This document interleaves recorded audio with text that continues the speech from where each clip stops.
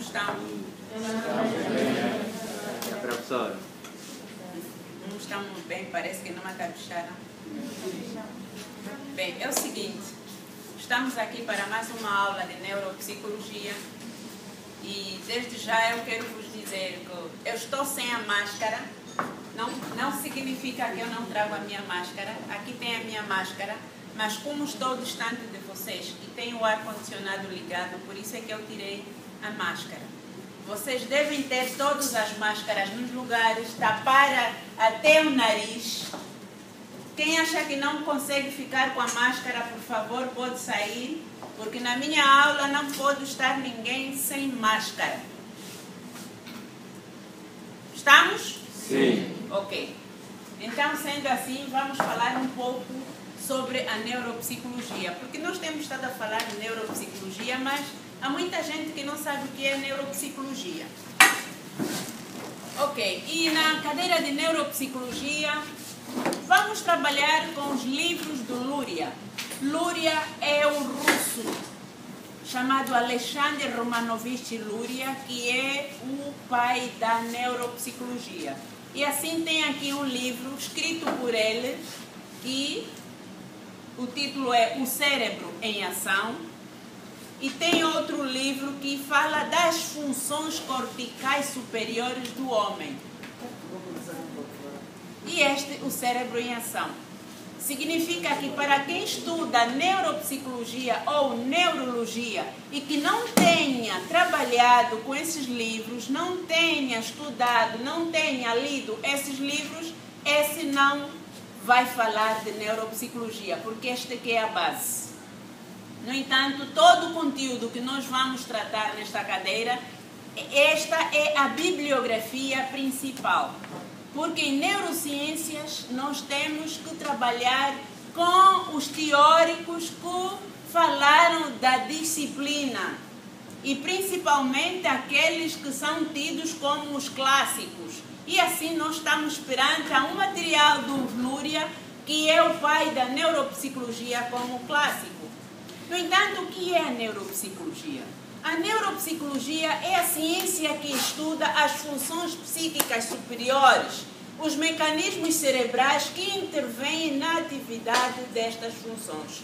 As funções todas que passam com o indivíduo. Nós temos as funções psíquicas superiores, que dentre elas temos o pensamento, temos a memória, temos a afetividade, temos a linguagem, entre outras, que são funções psíquicas superiores do homem, porque só acontecem no homem. Existe, por exemplo, o chimpanzé, existe o macaco, que são animais também superiores, mas não atingiram ainda a fase humana.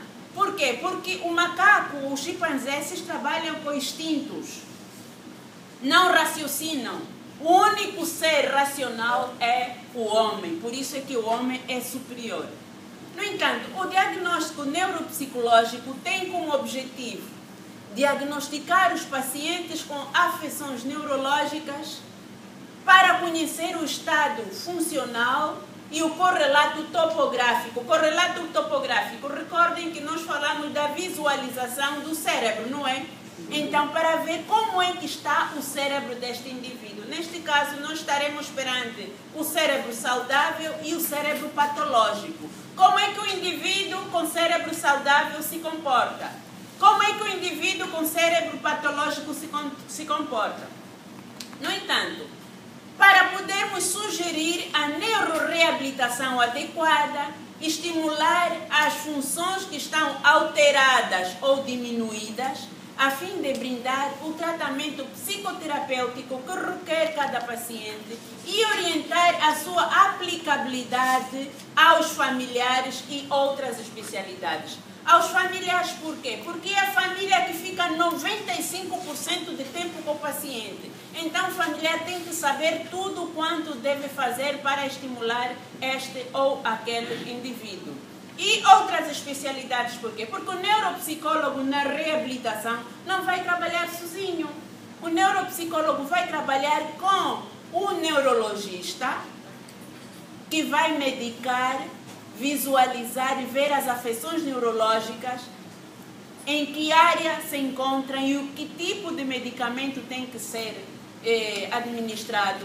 O neurologista, por sua vez, também vai trabalhar com o fisiatra que eu já expliquei em outras aulas, que o fisiatra é que vai dosear o tipo de exercícios ou fisioterapia que vai fazer este paciente. No entanto, o fisiatra vai baixar ordens para o fisioterapeuta ou então reabilitador físico e depois também para o terapeuta ocupacional ou educador especial, porque em algumas situações nós não temos terapeuta ocupacional, mas temos o educador especial que está inserido na área de reabilitação. Posteriormente, também o fisiatra vai baixar orientações para o logopeda. O logopeda, que é o especialista que diagnostica, previne e trata os transtornos de linguagem e comunicação. Para além do logopeda, nós podemos encontrar logofoniatra. Logopeda está formado em educação especial, tem uma educação pedagógica, ao passo que o logofoniatra apenas tem uma formação na área clínica. O logopeda, para além do seu trabalho clínico que vai exercer, também vai trabalhar na área pedagógica. Quem vai ensinar a ler é o logopeda. Quem vai ensinar a escrever é o logopeda e o educador especial. Por isso é que todos os quadros formados na área de educação especial, especializados em logopedia e educação especial, devem trabalhar também na área de reabilitação. Por quê? Porque o indivíduo a reabilitar também precisa comunicar-se. E a comunicação, para além de ser oral, também pode ser escrita, por isso vai ter que escrever. E para escrever tem que ter os membros superiores funcionais.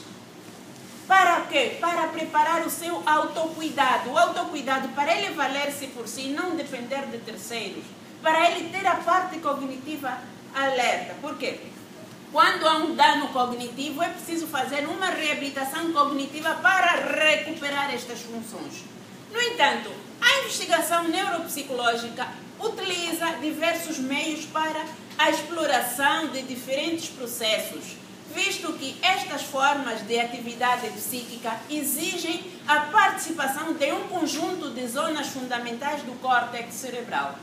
E sobre as investigações neuropsicológicas, Luria, na sua obra As Funções Corticais Superiores do Homem, que é este livro aqui, ele assinala que não devem se limitar a indicação sobre a diminuição de alguma das formas de atividade psicológica, mas sim deve-se proporcionar sempre uma análise qualitativa, estrutural do sintoma apresentado pelo paciente e o seu defeito, o defeito que causou a lesão, em virtude de que estas causas ou fatores se manifestam no mesmo indivíduo.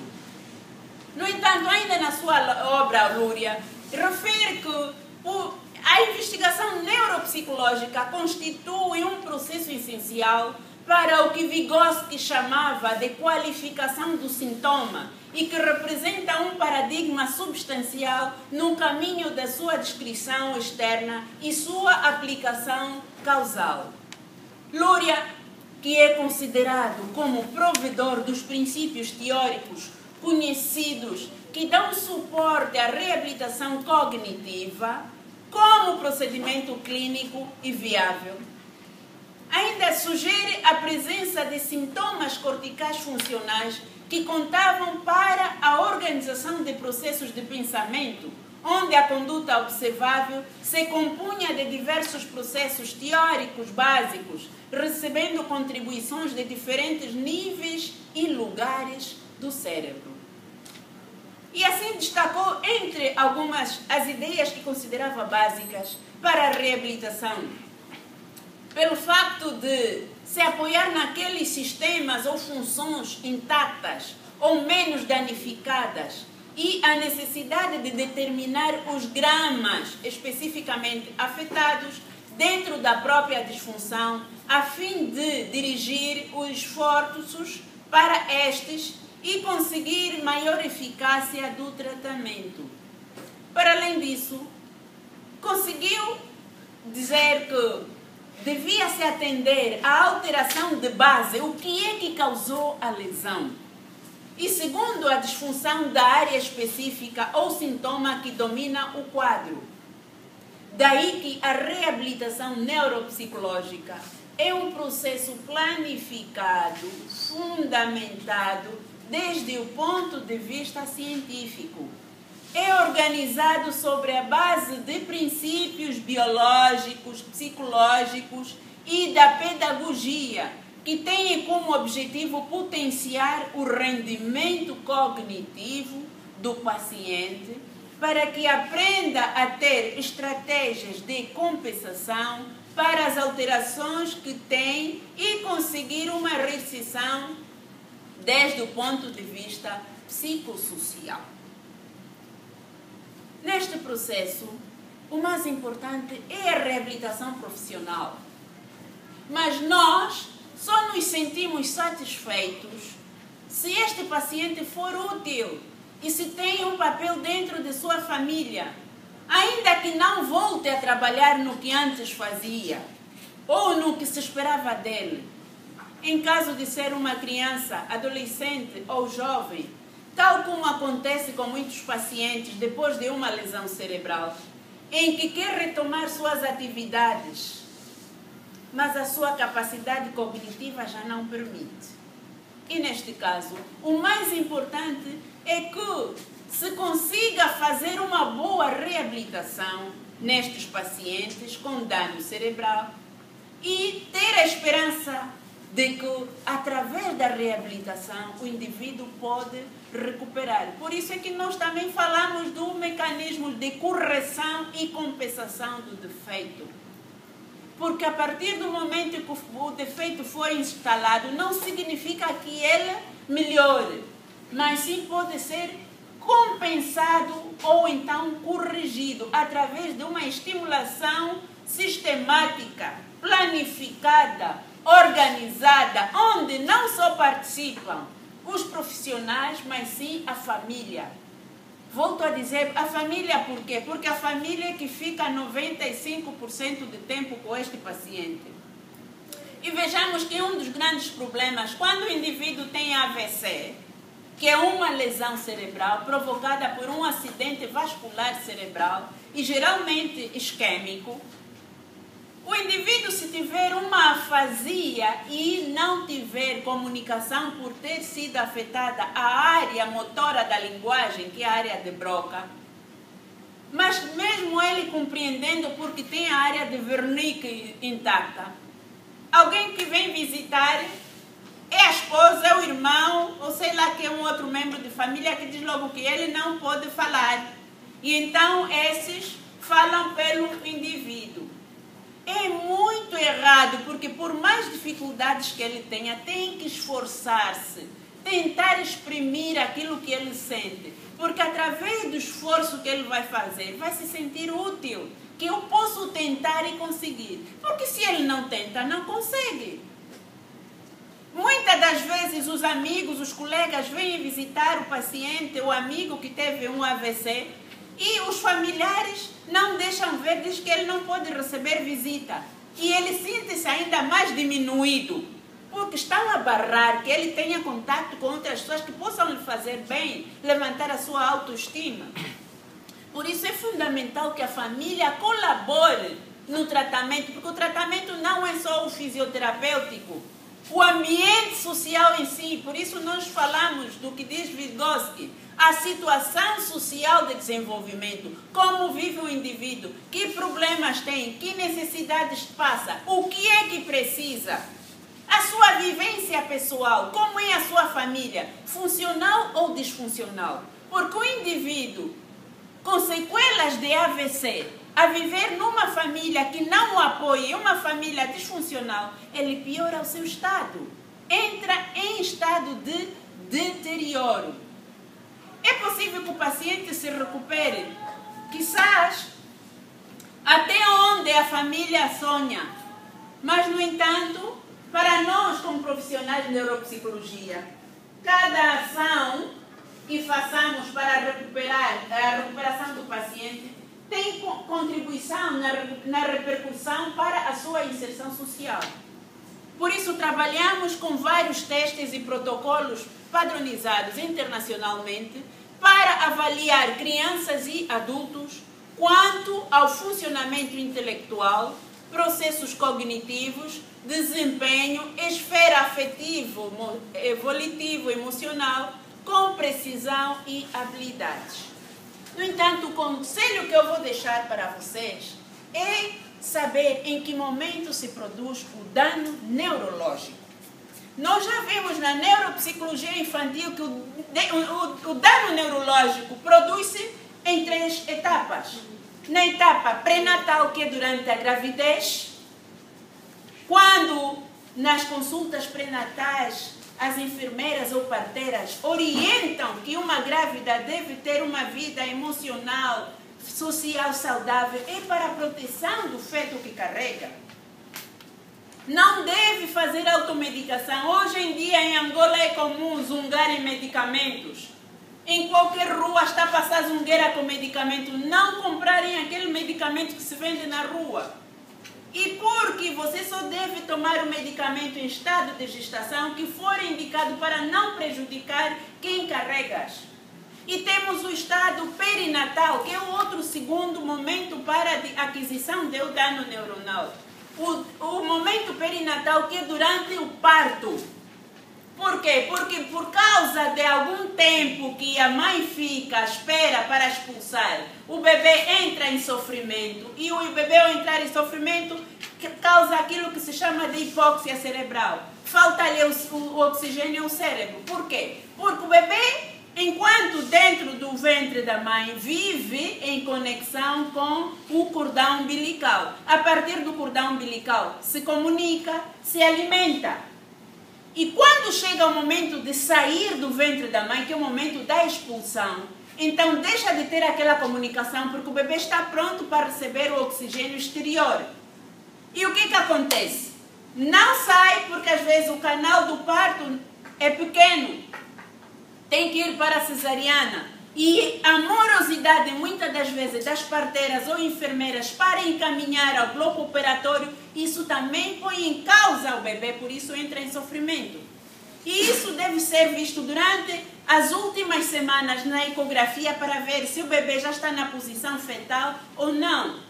E logo que começam as contrações do parto, para ver se há possibilidades para ter um parto normal, que é o chamado etóxico ou não. E se durante o parto o bebê tomar aquele líquido amniótico, muitas das vezes por descuido que a mãe tem o bebê, e depois a parteira não vem logo para acolher o recém-nascido, o bebê, quando tomar aquele líquido amniótico, também causa um dano cerebral. O bebê, quando está a sair do canal do parto, se bater com a cabeça no solo, também pode causar um dano cerebral. Durante o parto, se a saída do bebê estiver dificultada e usarem alguns instrumentos para puxar o bebê, a forma como forem aplicados na cabeça do bebê e se perfurarem também podem causar um dano cerebral. Então, tudo quanto acontece durante o parto é que se chama perinatal, porque é um processo que acontece durante o parto e este processo em que o bebê também pode adquirir um dano cerebral. E o terceiro momento é o pós-natal. Depois do bebê nascer, já está no seio familiar, ele também pode adquirir um dano cerebral. Muitas das vezes tem um paludismo, tem meningite. Isso pode provocar dano cerebral.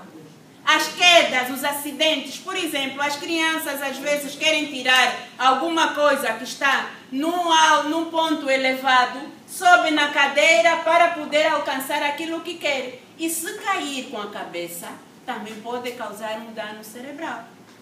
Os acidentes vários, para pessoas que têm em casa com 2 ou 3 pisos, tem degraus, muitas das vezes as crianças ao brincarem nos degraus rolam e ao rolar também caem, batem com a cabeça no solo, pode causar um dano cerebral.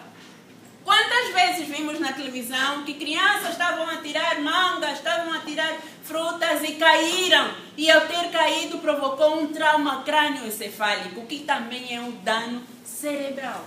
No entanto, este conjunto de situações que acontecem depois do indivíduo, do bebê nascer, que é durante o desenvolvimento infantil, que é do nascimento até os 10 anos, esse é que se chama um período pós-natal. No entanto, vocês, para fazerem o diagnóstico, têm que saber em que momento nasceu a criança, em que momento nasceu a criança, o que aconteceu e, principalmente, o que vocês não devem esquecer, que é muito importante em neuropsicologia não esquecer, as 4 etapas do neurodesenvolvimento, que a criança primeiro tem que sentar, gatinhar, ficar de pé, só depois andar. Quando a criança queima uma dessas 4 etapas, significa que vai ter problemas ao longo do seu desenvolvimento. Pode não ter problema logo na idade infantil, mas pode ter na adolescência, na juventude ou então na vida adulta. Porque não se deve queimar etapas. Em neuropsicologia é muito importante vocês saberem que a criança passa por 4 etapas de neurodesenvolvimento. Por isso, quando acontece crianças com paralisia cerebral e outras discapacidades que requeiram reabilitação, o reabilitador, tal como eu tenho visto aqui, infelizmente em Angola, onde preocupam-se que a criança ande, mas não cumprem as 4 etapas. Tem que pôr a sentar, não importa, porque nós não podemos contar simplesmente com a idade biológica da criança. Tem 5 anos, mas aparentemente deve ter a idade biológica inferior. Está por debaixo da idade biológica, a sua idade mental. Por isso é importante aprenderem o cálculo da idade de desenvolvimento e a idade mental. Porque no caso de danos cerebrais, nós temos que tratar as crianças de acordo à idade mental que apresentam, não à idade biológica, para não cairmos em erros. E muitas das vezes nas escolas acontecem crianças com atraso mental, crianças com dificuldades de aprendizagem, e saibam que dificuldades de aprendizagem refere-se à situação social de desenvolvimento e à vivência afetiva. Como é que esta criança vive? Que problemas tem na família? Que dificuldades passa? Como é a sua alimentação? Porque não se alimenta bem, não assimila. Vive numa família turbulenta com brigas, não assimila. Está na escola, mas está a pensar nos problemas de casa. Isso aí é que concorre para as dificuldades de aprendizagem. Ao passo que distúrbios de aprendizagem trata-se de agressão ao sistema nervoso central. Quando se fala em distúrbios de aprendizagem, é porque esta criança sofreu uma agressão ao seu sistema nervoso central. Então é necessário que seja encaminhada a um neurologista para ser medicada e depois fazer uma pauta terapêutica e reabilitatória para acompanhar esta criança. É por isso que é necessário que em todas as escolas haja educadores especiais para poder atender esses casos, e porque agora está-se a falar do processo de inclusão. Nós não podemos tratar da inclusão educativa enquanto não estivermos preparados. Tem que haver professores preparados em educação especial e especializados para poder atender esses casos que vão aparecendo de forma isolada no sistema de ensino. No entanto, este foi mais um contato, uma aula de neuropsicologia, que é sempre agradável estar convosco, e até ao próximo contato.